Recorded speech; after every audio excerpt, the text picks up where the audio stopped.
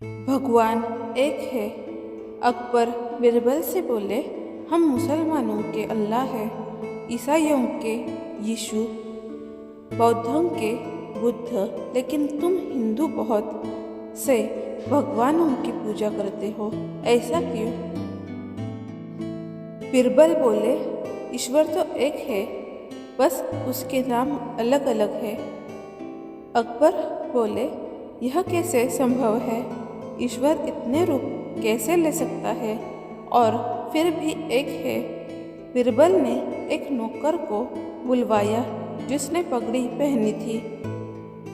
उसने उसकी तरफ इशारा करते हुए पूछा, यह क्या है? नौकर बोला, एक पगड़ी। बिरबल बोले, इसे खोलो और अपनी कमर पर बांधो। जब उसने ऐसा किया तो बिरबल ने पूछा, अब यह क्या है? नौकर ने कहा, कमरबंद। बिरबल ने पूछा, अब इसे खोलो और अपने कमर से नीचे बांधो। अब यह क्या है? नौकर बोला, धोती। अब बिरबल अकबर की तरफ मुड़े और बोले, जब एक कपड़ा अलग अलग तरीके से प्रयोग किया जाता है तो उसका नाम बदल जाता है। इसी तरह पानी जब आकाश में होता है तो बादल कहलाता है, जब धरती पर गिरता है तो बारिश, जब बहता है तब नदी, जब जम जाता है तो बर्फ। इसी तरह ईश्वर एक है जिसे अनेक व्यक्तियों द्वारा अलग अलग नामों से बुलाया जाता है। मॉरल ऑफ द स्टोरी, हम वस्तुओं को अपनी समझ के अनुसार नाम देते हैं।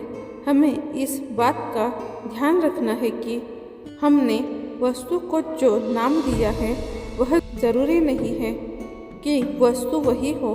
कई बार वस्तु के नए उपयोग ढूंढने के लिए हमें उसके नाम से अलग हटकर सोचना पड़ता है। भगवान का ज्ञान।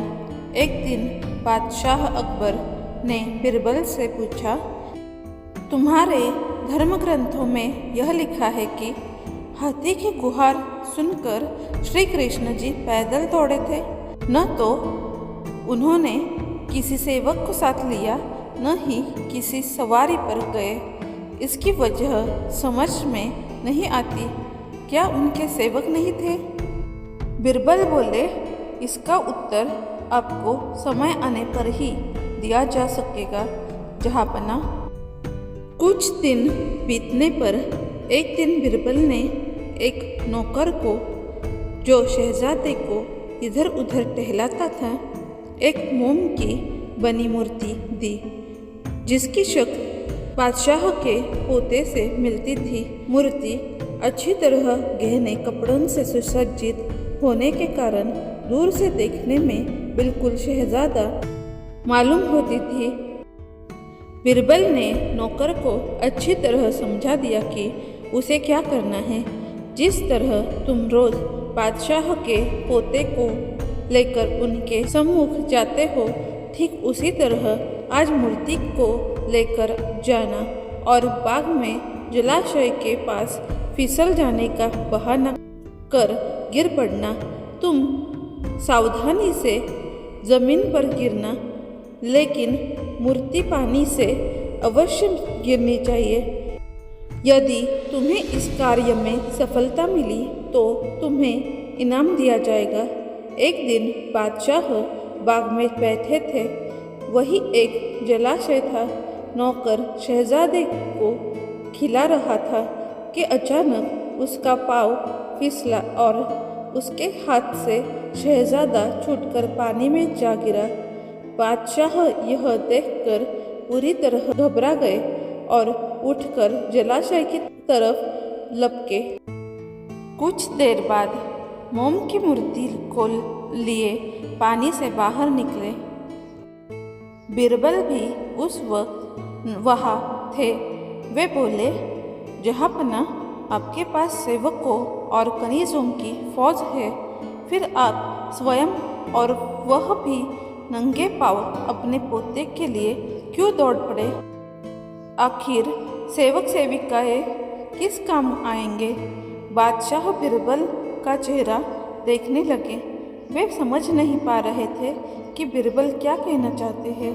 बिरबल ने कुछ देर रुककर फिर कहा, अब भी आपकी आंखें नहीं खुली तो सुनिए।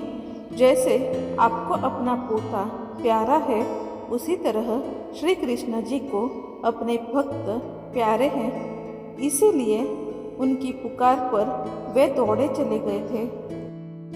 ऐसे ही और नई नई कहानियाँ सुनने के लिए प्लीज़ मेरे चैनल को लाइक कीजिए, शेयर कीजिए और सब्सक्राइब कीजिए। Thank you.